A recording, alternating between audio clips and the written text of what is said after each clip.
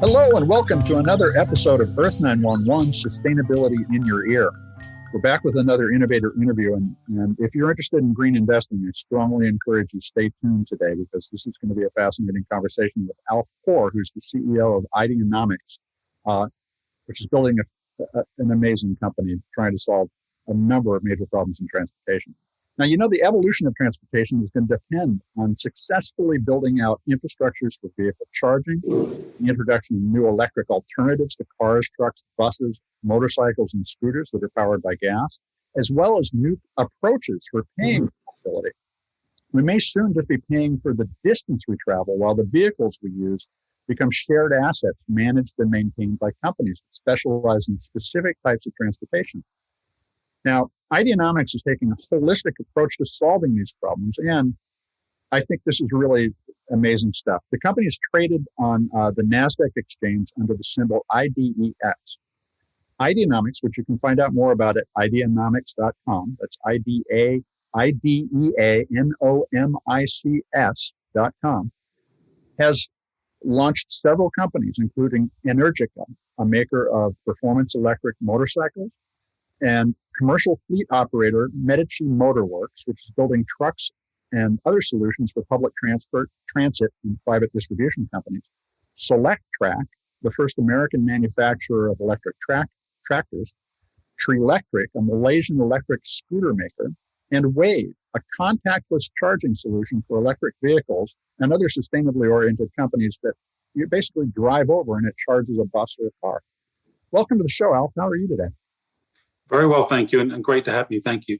Well, thank you for joining us because really fascinating stuff. Now, your approach to building sustainable transportation infrastructures is pretty aggressive.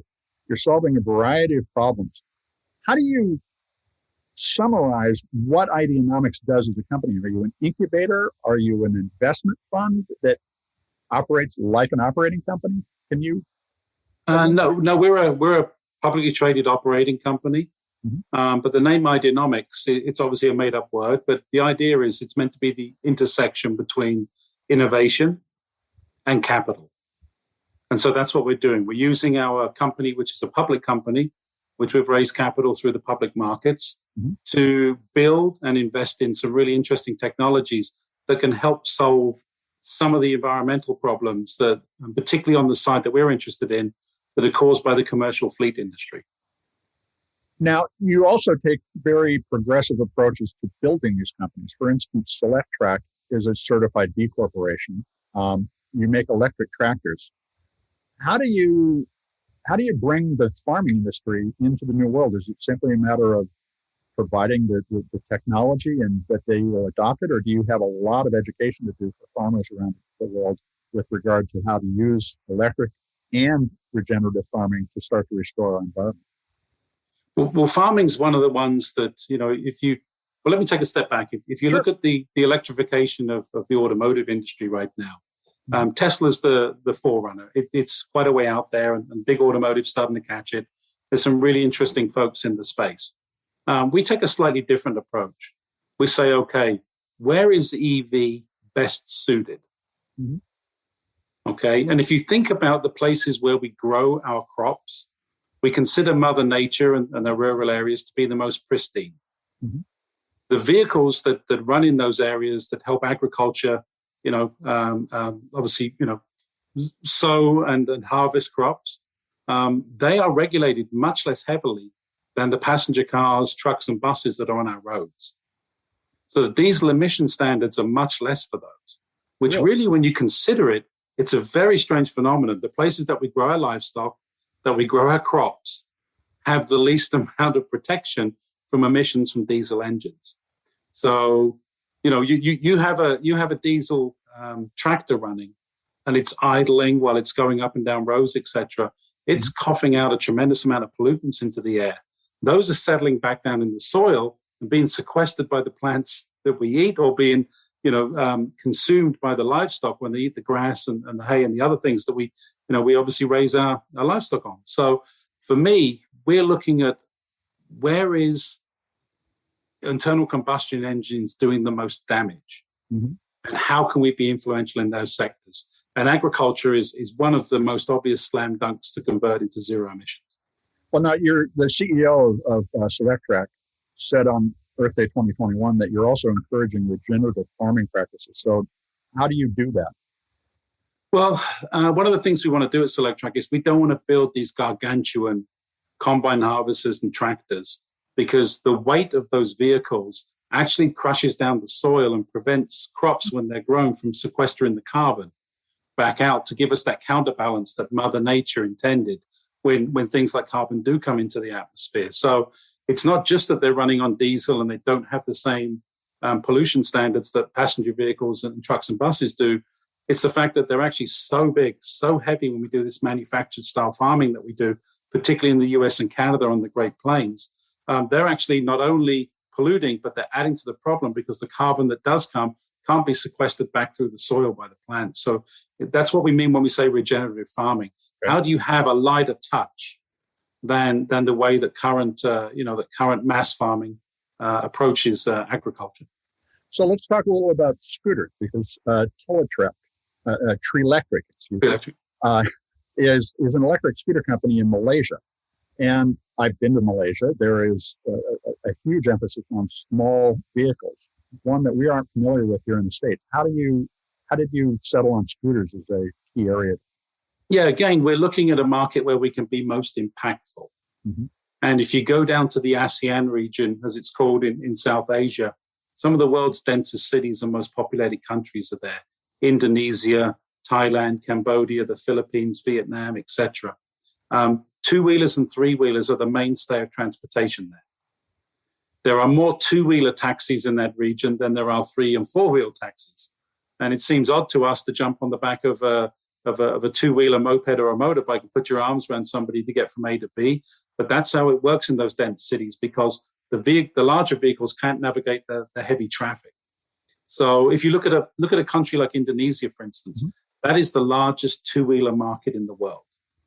There are over 100 million motorbikes with internal combustion engines in Indonesia alone. So by investing in a company, we acquired 51% of Treelectric, which also is the king of Malaysia, who's very environmentally forward as well in terms of a country leader. He's an investor in the company as well. That gives us a springboard to get access to those really dense two-wheeler and three-wheeler markets, start switching those vehicles out for electric vehicles that don't have the emission problems that these internal combustion engine, petrol as they call it, gasoline as we do in that part of the world. If we can take 100 million motorbikes out of Indonesia that are running on gasoline and replace them with EV, then, we've just significantly reduced that part of the world's pollution problem. Particularly the two-stroke engines, which is what the majority of them are. Now, this is interesting. You're thinking about this from a regional perspective, but you see regional innovation crossing over into other regions and spawning new innovation in addition?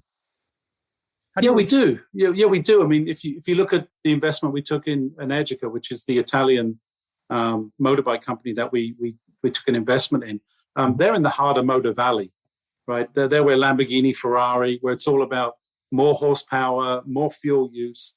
And so they're tackling an issue as well. Like, how do you address the performance market? Because that's where a lot of the energy is consumed.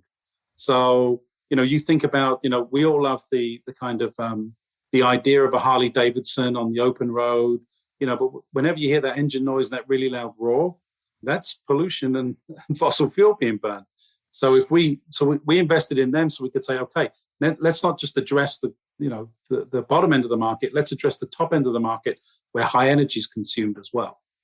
So that's interesting. What you're doing is taking the same essential approach that VW does, where they have Bugatti, where they test very high-end technology, and then they bring it to the VW and the rest of their brands later on. So you're thinking that Energica and Treelectric are components of a vertically integrated approach to disseminating innovation?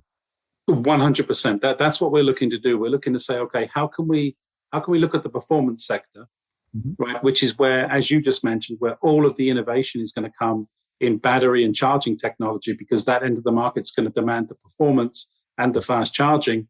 That will dictate what gets watered down and comes into the Treelectric bikes, which are used more commercially or as a cheaper budget form of transport, so to speak. So we're trying to look at this from a kind of full value chain. say, okay, how can we not only make some smart investments, how can they be synergistic, vertically integrated, and help each other throughout the life cycle of where this innovation is going? Before I get to what a staff meeting must be like in your company, I want to ask about WAVE. Now, WAVE is a plate that essentially lays into the street that will charge, for instance, a bus as it stops at a bus stop.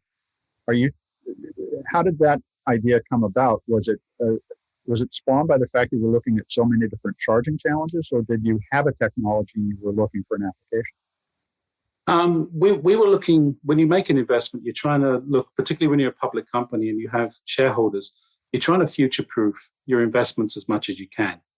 And when we looked at the companies that were in the high-capacity charging space, okay, there was either very heavy cables, which are a trip and fall hazard. They're a temperature hazard because the thermals on those cables can get very hot when you do high-powered charging. They're always stuck in the most awkward of places. They get backed into and things like that because high-powered charging is around trucks, around buses, around vans. But also, the only other alternative was people were looking at trains and saying, okay, how can I bring in catenary charging for the high power? How can I leverage what I've already invested in the train industry, bring it over? And I sat there and I thought, well, these things are interesting, but we're moving more and more to a world where vehicles will become autonomous. Right. In a world where there is no driver, how can you plug something in? How can you connect to a catenary system? Surely the smart way to do this would be an autonomous vehicle can very easily align over something that is essentially a GPS coordinate for it and get its charging that way. And so that's why we took a look at WAVE in particular, because it gave us a future-proof view. And also think about it from a kind of environmental standpoint. If you're producing lots of cables with heavy insulation and things around them, it may be way better than burning fossil fuels, but it's still a pretty hefty carbon footprint. So how can I remove the need for all that heavy rubber and plastic and everything that are ugly, carbon heavy industries? How can I find something that's a bit more elegant and a bit more future proof? And that's what the WAVE acquisition did for us. So do you think we're missing opportunities in terms of thinking of wired connections? Because we do tend to talk about a wired solution for the world. This sounds to me like thinking about grocery delivery or food delivery prior to the smartphone. The smartphone changed everything because it reorganized the consumer's relationship with place. And the wires define our relationship to our physical environment today. So we need to look beyond that. It sounds like that's what you're saying.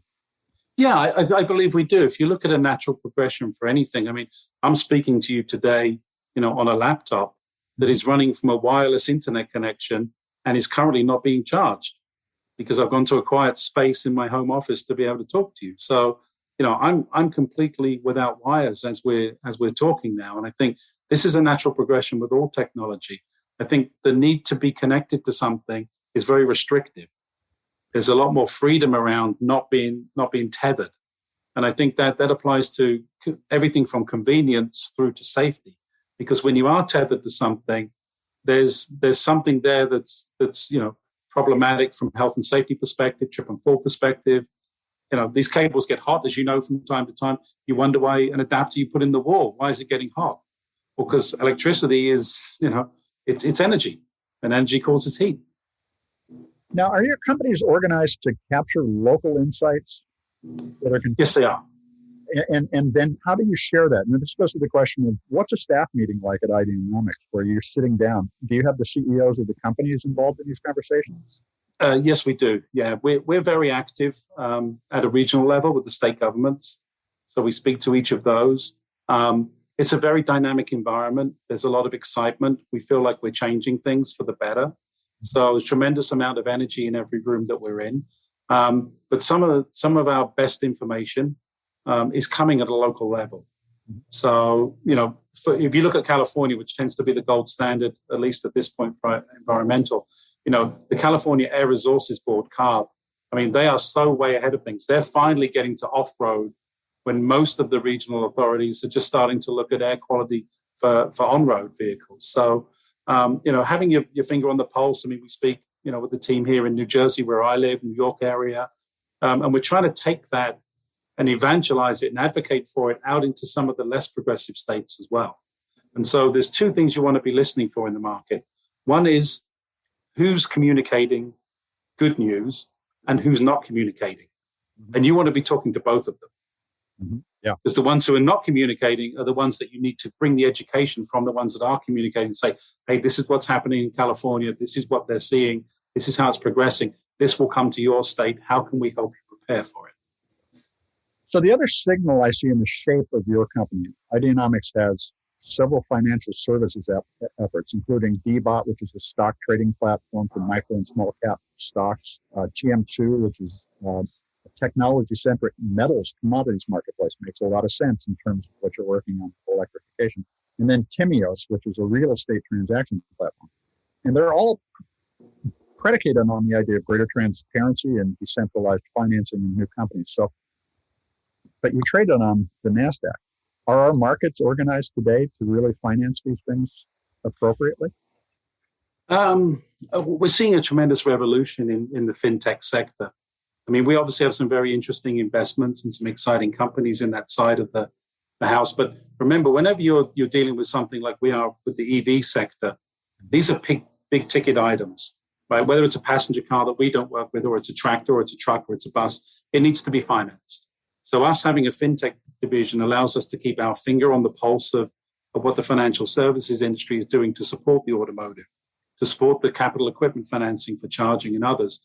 And along the way, we've found some very interesting companies. I mean, Timios out of California, they are, just an amazingly well-run organization, but also they give the consumers who buy homes a fair crack of the whip.